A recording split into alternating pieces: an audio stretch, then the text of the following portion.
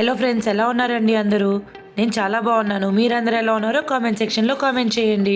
నేను ఈరోజు సింపుల్గా ఈజీగా ఆలూ ఫ్రైని ఎలా చేసుకోవాలో చూపిస్తున్నానండి. ఈ కర్రీ రైస్తో కానీ చపాతీతో కానీ చాలా అంటే చాలా టేస్టీగా ఉంటుందండి. మరి ఆలస్యం చేయకుండా రెసిపీని చూసేద్దాం రండి. నేను ఇక్కడ హాఫ్ కేజీ దాకా బంగాళదుంపలు తీసుకుంటున్నానండి. నేను ఇక్కడ బంగాళదుంపల్ని పీల్ చేసి ఇలా వాటర్లో వేసి పెట్టుకుంటున్నానండి. అలా పెట్టుకుంటే బంగాళదుంపలు అనేవి కలర్ చేంజ్ అవ్వవు అండ్ ఫ్రెష్గా ఉంటాయి. తర్వాత ముక్కల్ని కూడా కట్ చేసిన తర్వాత ఇలాగే వాటర్లో వేసి పెట్టుకోవాలండి. అప్పుడు అవి అస్సలు బ్లాక్ అవ్వకుండా ఫ్రెష్గా ఉంటాయి. ఇప్పుడు బంగాళదుంపల్ని ఇలా పీసెస్లో కట్ చేసుకున్న తర్వాత తాలింపుకి రెడీ చేసుకుంటున్నానండి. ఇక్కడ నేను 1.5 టేబుల్ స్పూన్ దాకా ఆయిల్ని తీసుకుంటున్నాను. ఆయిల్ వేడెక్కిన తర్వాత దీంట్లోకి నేను కొద్దిగా ఆవాలు, కొద్దిగా మినప్పప్పు వేసుకుంటున్నానండి. మినప్పప్పు కొద్దిగా కలర్ చేంజ్ అయ్యేదాకా వేయించుకోవాలండి. తాలింపు గింజలు వేగిన తర్వాత ఇందాక వాటర్లో వేసి పెట్టుకున్న బంగాళదుంపల ముక్కల్ని నేను ఆయిల్లో వేసుకుంటున్నానండి. ఇప్పుడు నేను ఇక్కడ 1.5 స్పూన్ దాకా సాల్ట్ని కూడా వేసుకున్నానండి. మీరు తినే టేస్ట్ని బట్టి సాల్ట్ని వేసుకోవచ్చు. నెక్స్ట్ సాల్ట్ మొత్తం బంగాళదుంప ముక్కలకి పట్టేటట్టుగా బాగా కలుపుకోవాలండి. ఇలా ఫ్రై చేసుకునేటప్పుడే దీంట్లోకి ఒక రెమ్మ కరివేపాకు కూడా వేసుకోవాలండి.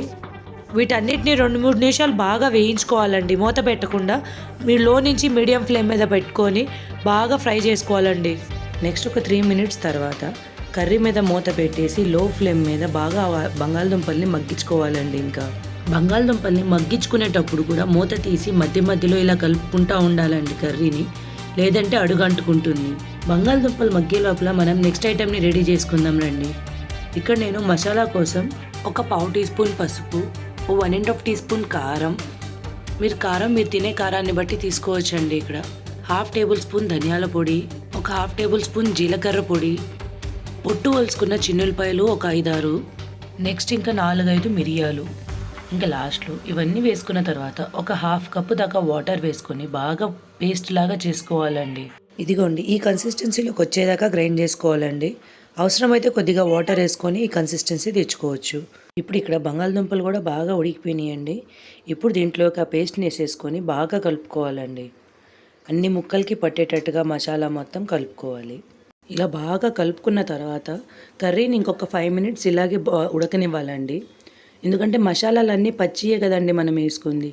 సో అవి వేగేదాకా ఉంచుకోవాలండి. ఒక 5 మినిట్స్ ఉంచితే సరిపోతుంది. అంతే అండి, simple and easy potato fry ready అయిపోయింది. ఇలా డిఫరెంట్గా ఒకసారి ట్రై చేసి చూడండి, మీ పిల్లలు కూడా చాలా ఇష్టంగా తింటారండి. మీకు కనుక నా వీడియో నచ్చినట్టయితే ప్లీజ్ నా వీడియోని లైక్ చేసి నా ఛానల్ని సబ్స్క్రైబ్ చేసుకోండి. మరికొన్ని కొత్త రెసిపీలతో మళ్ళీ మీ ముందుకు వస్తాను. బాయ్.